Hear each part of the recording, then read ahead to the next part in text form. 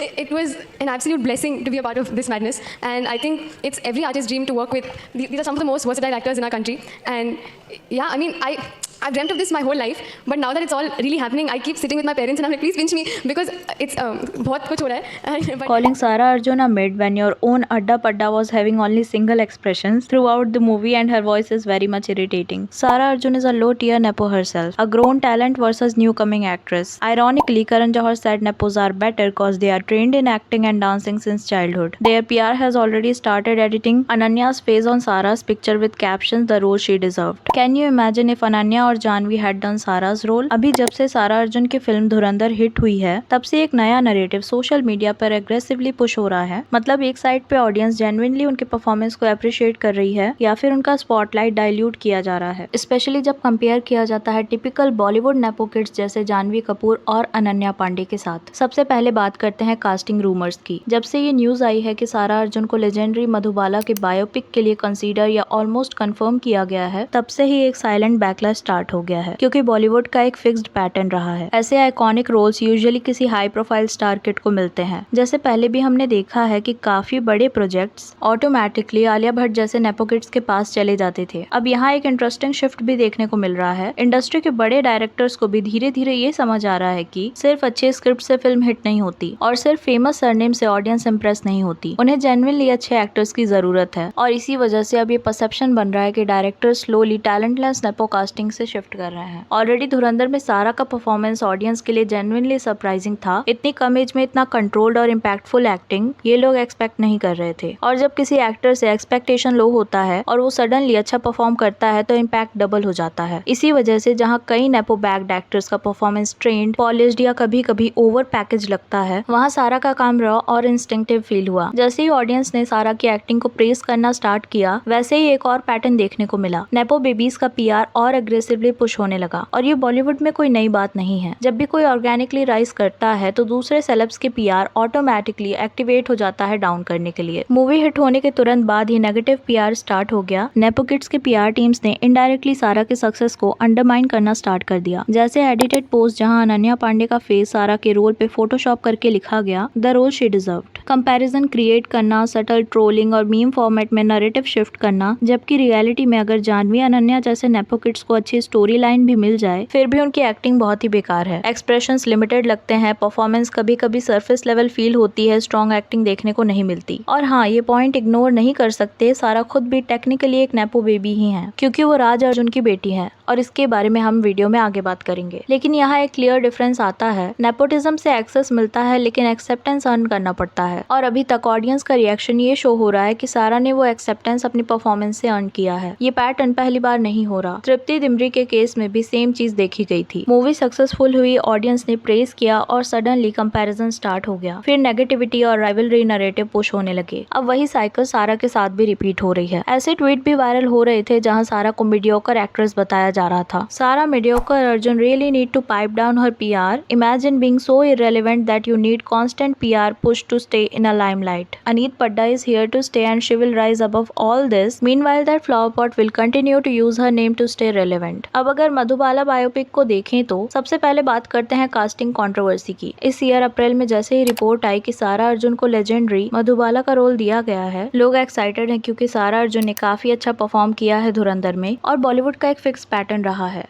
ऐसे iconic roles usually किसी high profile nepo kid के पास जाते हैं और इस बार वो पैटर्न ब्रेक होता हुआ दिखा है. और इनसाइडर के अकॉर्डिंग काफी नेपो एक्ट्रेसेस ने भी ट्राई किया था इस रोल के लिए, लेकिन उन्हें रिपोर्टेडली रिजेक्ट कर दिया गया और इसके बारे में हमने यहाँ पर बात की है. फिल्म को डायरेक्ट कर रही हैं जसमीत और प्रोड्यूस कर रहे हैं संजय लीला बंसाली. कुछ रिपोर्ट्स के अकॉर्डिंग ये इतना बड़ा प्रोजेक्ट थिएटर स्किप करके OTT पर रिलीज हो सकता है और ऑनेस्टली ये थोड़ा सरप्राइजिंग है, क्योंकि biopic plus Bhansali backing normally ये सब बिग स्क्रीन सिनेमैटिक में ही देखने को मिलता है. लेकिन अगर मेकर्स ने OTT चूज किया है तो इसका मतलब क्लियर है, मेकर्स रिस्क मिनिमाइज करना चाहते हैं, क्योंकि प्रोजेक्ट ऑलरेडी काफी कंट्रोवर्सीज और अनसर्टेनिटीज से घिरा हुआ है. अब मधुबाला के सिस्टर ने ओपनली वार्न कर दिया है कि अगर किसी ने भी फैमिली के परमिशन के बिना बायोपिक बनाई तो वो डायरेक्टली कोर्ट केस करेंगी. और इसी वजह से पहले भी मल्टीपल प्रोजेक्ट्स अटक चुके हैं. सिर्फ एक फिल्म मेकर नहीं, अलग अलग टाइम पे मल्टीपल प्रोड्यूसर्स ने मधुबाला बायोपिक अनाउंस की है, इंक्लूडिंग टूटू शर्मा. लेकिन प्रॉब्लम क्या है? फैमिली का स्टैंड बिल्कुल क्लियर है, सिर्फ एक ही ऑफिशियल बायोपिक होगी जो फैमिली अप्रूव करेगी। मतलब अगर प्रॉपर राइट और कंसर्न नहीं है तो प्रोजेक्ट कभी भी लीगल ट्रबल में फंस सकता है। ये पूरा मैटर आया है एनओसी पे। रिपोर्ट्स के अकॉर्डिंग एक टाइम पे इम्तियाज अली का भी एक मधुबाला प्रोजेक्ट डेवलप हो रहा था, लेकिन वो शेल्व हो गया। रीजन ये था कि फैमिली के सब मेंबर्स ने कंसर्न नहीं दिया। मिड 2025 तक सिचुएशन इतनी अनसर्टेन हो गई कि ये प्रोजेक्ट ऑलमोस्ट बंद हो गया था। रीजन ये बताया जा रहा था कि 80 to 100 करोड़ का heavy budget, legal uncertainties, casting controversy, release confusion, इन सब चीजों ने प्रोजेक्ट को रिस्क में डाल दिया। फीमेल नेपो किड्स में एक पैटर्न क्लियरली देखने को मिलता है। पहले के टाइम पे वो लोग एक दूसरे से रोल्स ग्रैब करते थे, लेकिन वो ओपनली एक दूसरे के अगेंस्ट नेगेटिव पीआर नहीं करवाते थे, या फिर उस टाइम सोशल मीडिया इतना स्ट्रॉन्ग नहीं था तो ऐसे नैरेटिव पुश करने का स्कोप भी लिमिटेड था। लेकिन अब न्यू जनरेशन में ये चीज कम्प्लीटली चेंज हो चुकी है। अब कंपटीशन सिर्फ रोल्स तक लिमिटेड नहीं है। कई बार ये भी फील होता है कि फोकस एक्टिंग पे कम और एक दूसरे को आउटशाइन करने में ज्यादा है, जबकि ओल्ड जनरेशन में एटलीस्ट अपने आप को इम्प्रूव करने की कोशिश दिखती थी। तो अगर कोई आउटसाइडर या न्यू फेस उनका लाइमलाइट ले जाए तो उसे साइडलाइन करने की कोशिश होना सरप्राइजिंग नहीं है, क्योंकि ऑलरेडी इंडस्ट्री में एक indirect nepo versus nepo rivalry चल रही है। सबसे पहले अगर ओजी फेस की बात करें तो नाम आता है करीना कपूर का। हाँ, उससे पहले भी कपूर फैमिली से जो भी एक्ट्रेसेस आई थी वो टेक्निकली नेपो किड्स ही थी, बट डिफरेंस ये था उनके अंदर वो एक्ट्रेस वाली क्वालिटी स्टार्टिंग से ही विजिबल थी। Screen presence, performance, emotional depth, ये सब नेचुरल लगता था, इसलिए उनका स्टारडम अर्न फील होता था। लेकिन करीना के केस में पिक्चर थोड़ी डिफरेंट थी। आज वो एक स्टैब्लिश स्टार है नो डाउट, लेकिन अगर स्टार्टिंग फेज को देखा जाए तो उनकी एक्टिंग काफी इनकंसिस्टेंट थी। फिर भी उनको स्ट्रॉन्ग इंडस्ट्री बैकिंग मिली, इनसाइडर्स का सपोर्ट, पावरफुल नेटवर्क और एक सॉलिड पीआर मशीनरी, ये सब मिला के उनकी इमेज बिल्ड हुई। और तब उतनी एक्टिव पीआर भी नहीं होती थी जैसे आज के नेपो किड्स करते हैं। अब यहीं से ये पैटर्न स्टार्ट होता है। नेक्स्ट जनरेशन आती है जैसे सोनम कपूर और आलिया भट्ट, लेकिन सोनम को उतना बैकअप नहीं मिला आलिया की तरह। आलिया ने इंटरव्यूज में बार बार करीना को हाइप किया है। Karan also said that you're his new Kareena.